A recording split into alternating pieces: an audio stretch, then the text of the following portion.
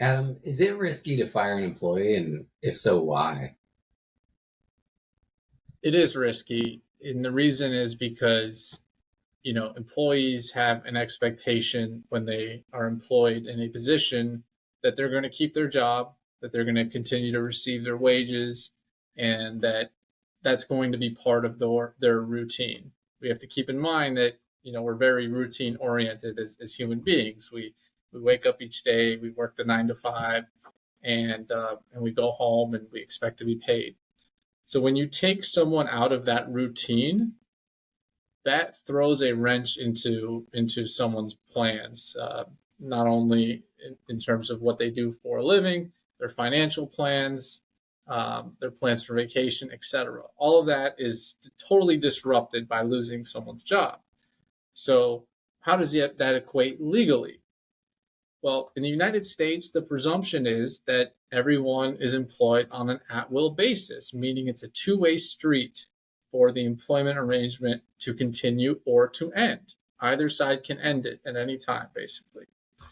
But there's a lot of laws that come into play which protect employees from being fired for unlawful reasons, such as due to some protected characteristic, such as due to raising a workplace complaint or blowing the whistle or being involved in a workers' compensation action. There's a lot of ways for employees to have legal protections from being terminated. So all of these protections are not always evaluated when a company is discharging a worker.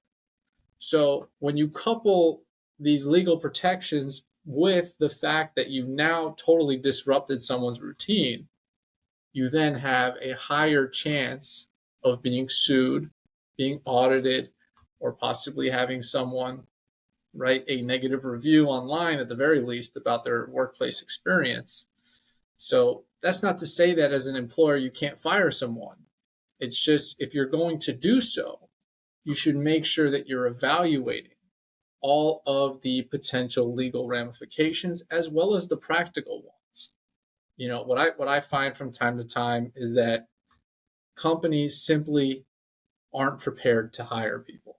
They're not prepared to employ people the right way.